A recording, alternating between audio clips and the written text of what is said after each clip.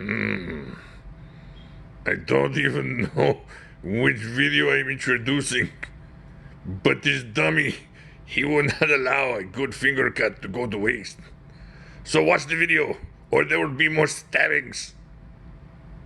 Please hold Jimislash, please hold. Please hold for Jimislash. So what I'm going to do tonight is I'm going to do something I've been wanting to do for a while. I just haven't had the gumption or nerve or whatever to do it. I'm going to open both these knives up and kind of compare the Cold Steel 4MAX to the 4MAX Scout and see what their differences are. Let me cut this off. Oh, that's how much I like you guys. I'm cutting off my lanyard here. It's okay. Put it all back together soon. Alright, so I'm going to take these apart and see where they're similar, where they're different, and if, you know, they're structurally this kind of the same, or, you know, there's a couple of differences you can see with the pivot and, you know, the Grivix and stuff against the G10 with the size and everything. This one, man, that actually looks a little bit thicker on that lock bar over here, doesn't it? I don't know. It may just be an optional illusion. It's your choice. Do you believe it or not?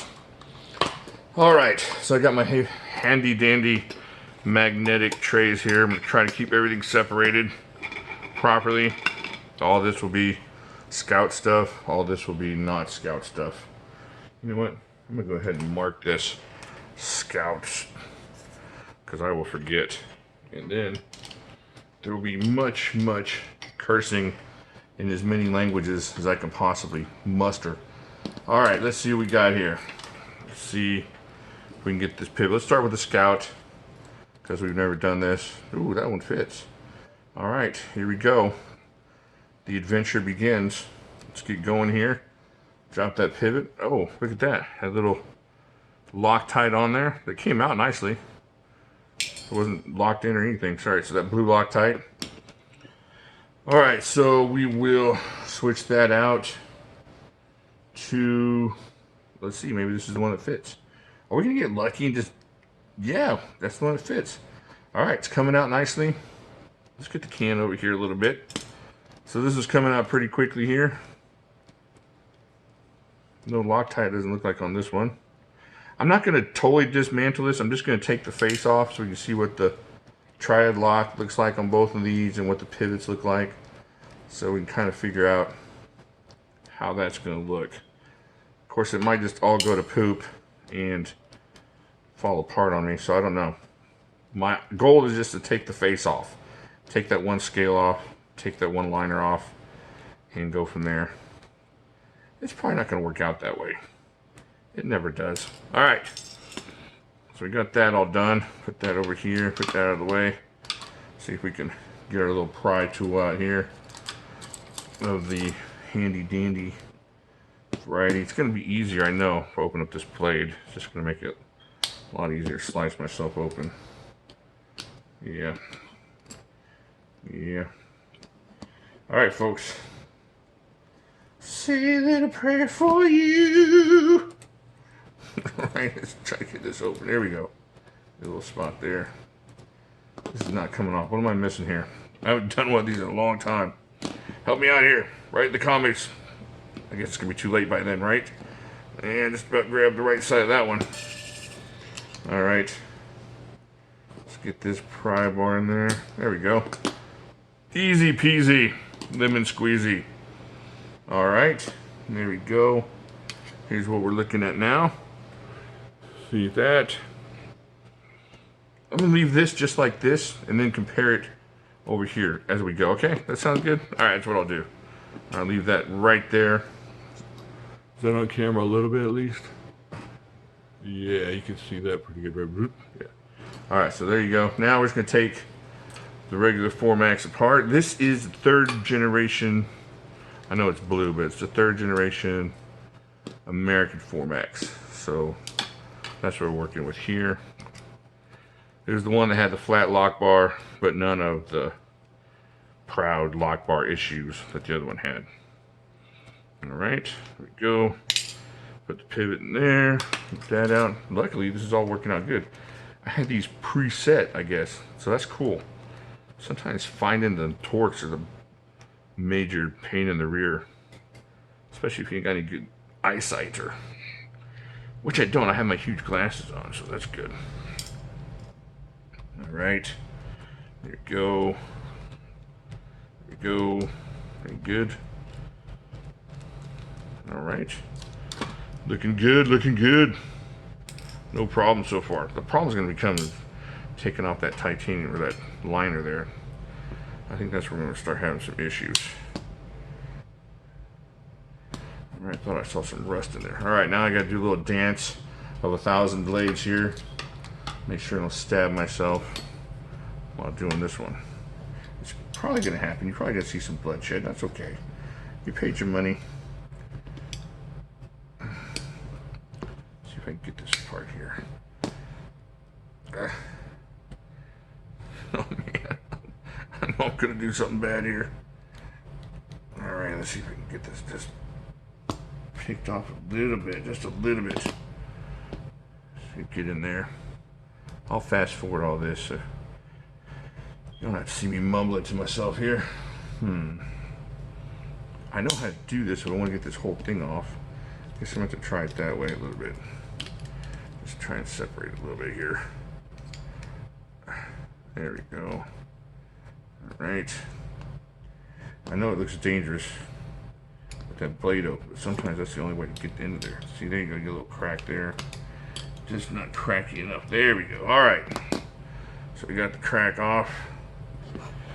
Let me see if we can get that scale off without getting that liner disconnected just yet. Alright, so there's our scale.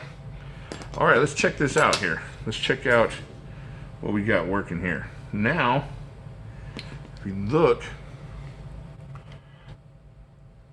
maybe, let's see, is that on camera? Kind of looks like that pivot might be a little bit smaller. What do you think? It's a little bit smaller on the Scout, I believe. Yeah. And that lock pin looks smaller right there. I mean, I don't know. Let's take it all the way off. But it definitely looks smaller there for sure, right? And I wish I had my calipers. Those don't look smaller. I'm not sure what that extra pin is here.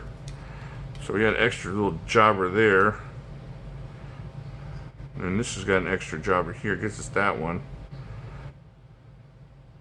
So there you go. Now this has got that extra pin back here too. So I'm not sure what that's for.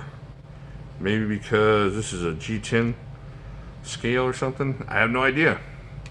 If you know what the reasoning is behind this extra little pins here, let me know. This just demonstrates the horrible horror of trying to anodize that cold steel 4max titanium. It is not pleasant. Alright, let's see if we can... Oh yeah, you're an idiot. Just about cost me there. Alright. I gotta get in here. Got cut my finger off. I know what y'all, some of you are here for. Some of y'all are here for the blood. You're here for the train wreck. I'm not gonna give it to you. Oh, I just about gave it to you there. I'm gonna go slower. Slower and smarter. Alright. Alright. Oh, that one came off. Alright. So I'm getting in here, trying to get this liner off. I want to see what that triad looks like compared to the other triad. See if there's a huge difference or no difference or lots of difference. Which is going to be a lot like huge difference. I'm going to get this out of the way. It's coming apart. I really don't want it to fall all the way apart on me. Because I just don't feel like putting it all back together. Alright. Looks like it's coming apart pretty good. It's coming apart. Is it going to work? I know this is all kind of boring. I'll fast forward it. I could tell you a story. But it's not really the story kind of situation I'm trying to concentrate. Oh. Now I did it. Alright. Looks like I just gotta wiggle a little bit. Just a little bit. Almost there. Alright. This is not good. This is not what I wanted to do at all. I'm getting this disconnected. I'm not going to fast forward this just so y'all can see what I'm going through here. And maybe this will help you, but you got to go slow on this, especially with these blades. These things are really sharp. And even if you had a factory edge on this, it's still super sharp. I can't get this thing off of here. There we go. All right. All right, so there you go. You got the plastic washer and the bronze washer there. All right, so there is that. Let's not lose any of these pins. Did I already lose a pin? Probably. Okay, damn it. All right, let's leave that there. Just like that. Let's put this pin over here. All right, so here's the triad on this one. There's the lock pin, the stop pin, the pivot. Here's the spring there. And of course the back spacer. This just looks like extra attachment for that G10 there. So I don't know if that's a big deal or not. All right, so there's that liner. We're gonna leave the liner there. And then we'll take the regular Formax and see if we can break it down without lacerating ourselves or hurting ourselves in any way, emotionally or physically, but mostly physically, which would cause emotional stress, and we don't want that. All right, so the big thing really is just be careful, go slow. You're not in a race here, and if you get in a race, then make sure they're paying you enough for the stress that this is going to cause you. All right. Oh man. Let's see if I can't just bonk this a little bit. Bonk. It's good to have a little plastic or rubber mallet to bonk with. That's very helpful.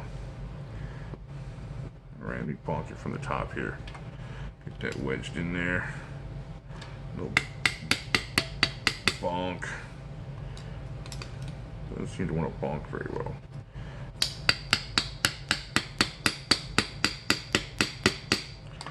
All right, it's all tight. Seems like the tolerances on this one are a little bit tighter, which would make sense, I guess. Oh, I felt something loosen up. All right, I know what you're thinking. You can just sit there and take this apart, and that's fine. That's what you want to do, but I don't want to break this all open, which I'm probably going to have to now that I think about it. Oh wait, I lied. All right, excellent. All right, so now I can see these open side by side. All right, so here's the pin that goes there for this one. That is definitely a lot thinner than this pin. And if you look, they've grooved out the lock on this one a lot deeper. Look at the lock. Look at the work they put into this lock as opposed to the one they put in this lock. So this has really grooved in here against this metal, and this has got a wide open space. You see what I'm saying? Through here. So this is wide open. This is really grooved in there. I'm guessing that it's gonna, you know, affect the lock a lot as far as the strength. Not a lot, but it's gonna still affect it, right? Because right here is where it's going to catch as opposed to just barely right there. And this, look at the tolerances through here. This one's really grooved down. This one really matches up here. Like you're going to wear it a little bit and it's going to start grooving in. I don't know what the heck's going to go on here. How are you going to get that into that groove there? So these are both locked open, right? Yeah. So look at that. Look at, you can stick this all the way through that hole. And this one's not. This lock pin is much thicker than this one. Now I'm not saying this isn't still an awesome knife, but just you can look at the difference and see that the workmanship is just not the same. And the, like I said, the tolerances don't seem to be the same on either of these, on these Scouts as opposed to the Formaxes. So it's not just a material thing as far as this being 20 CV and this being, what was this, AUS 10. It's not just the titanium versus the stainless or the G10 versus the titanium here. This is a big, I mean, the washers are bigger. I know that's not a huge deal, but you still got better washers. Really tight tolerances on this one. Look at how tight that is as opposed to that one. I mean, look at the difference. I didn't think it was going to be that big of a difference, but look at the lock. How they've grooved this out for the pin here. So when it shuts, it's pressing against this little pin as opposed to this thicker pin here. This has got a thicker, I think a thicker seat here. It looks like the hole's drilled out a little bit more. I don't know. What do y'all think? Am I making a big deal about it? Everything else seems to be okay. Everything else seems to be, you know, I mean, this is a great knife. I'm not saying that. It's just kind of surprising the differences. There's a big differences here, especially in the tolerances here. Look at that. Look at it. There's a whole big area there where it's not locked in like this one is. Look at how well that's done there. Really close, and you know, it's supposed to wear and groove and get to where it's really tight. I don't know what's going to happen here. Is that still going to happen? I don't know. I don't see how. I could be wrong. Let me know what you think down in the comments. Alright, so there you go. I think we got from what I can tell, a larger pivot, larger hardware here as far as the washers, larger stop pin, larger lock pin here, more grooved out, more finished up lock bar here, and I mean, it's just obviously, you know, you got a $350, $400 knife, or you know, now $300 knife as opposed to a $110 knife. So it's not just the materials; it is definitely the workmanship. My poo-pooing the Sportmax Scout? No, I still love the knife. It's still worth it to me. I'm not as high on it. I will never buy another Formax because of it. Especially now that I've opened it, I feel a little bit better about my huge collection of Formaxes. I don't think that this is going to do anything this won't do. It's just, I mean, didn't we beat the mess out of a Scout already? Yeah, we beat the mess out of a Scout. It's just that it's interesting to see the inside and to see that there are some differences in the US made Formax for $300, $350, whatever you're going to buy them for, and then the $110 Formax Scout. All right, one more look, have a check. Can you see that pretty good? Let me make sure this is all on camera. Yeah, good. All right. Sorry I had to put this light on. It just helps me see everything and make sure I got everything connected here. I'm not going to put you all through the madness of me putting this back together. So I'll stop the video now, and then I'll just show you how I got it put back together. All right. Okay, so did the same thing with this one. Had a little bit of problem with the pin here. Just hammered it a little bit. Not a problem. And there you go, Formax Scout. And of course the Formax. And we saw the differences, saw the similarities. Let me know what you think down in the comments down below. Are you disappointed? Are you surprised? Or pretty much what you expected? This is not fun at all. But it's kind of cool to see the inside. I always get stressed out when I'm messing around on the inside of my knives. I just... Alright. Do me a favor, like and subscribe, please. Use the Smoky Mountain link down there to buy your stuff if you want to. And let me know what you think down below.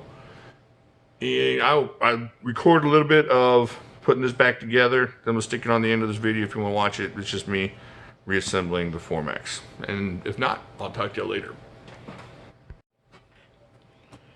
Alright, this is just an addendum of putting this back together. I'll stick towards the back of this video. If you want to watch it, you can watch it. And if you don't, of course you don't have to.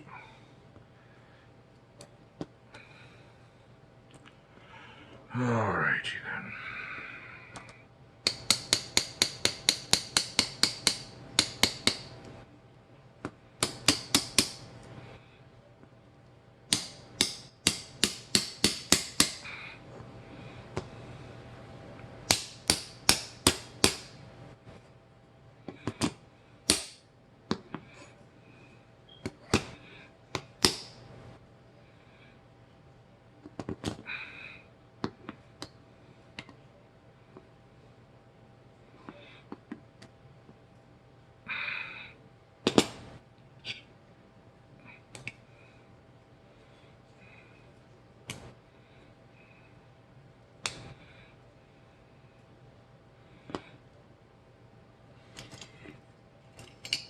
Not a lot of talking going on. I'm just trying to concentrate. I always screw up putting this back together here. So this is just kind of showing you how to do it. Kind of bang on it. Make sure you have a little plastic thing or rubber thing. You don't want to ding it up with something metal or something like that on your good materials. But you might have something that needs to be knocked in a little bit. For example, see these pins here? They kind of be knocked into place a little bit. This happens sometimes. It doesn't hurt anything. And it all comes together like so. All right, let's get all these in there.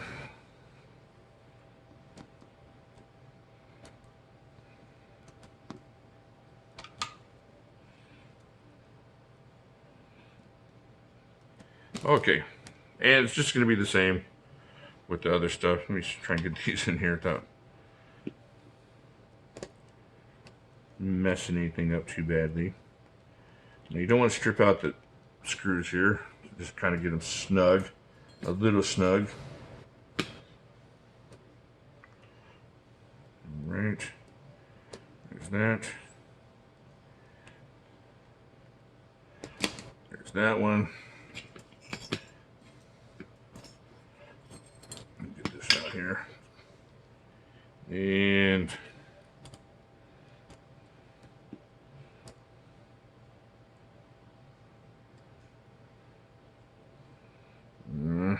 it's always one problem. And then there's that one. And this should do it. Should be all put back together, all snug.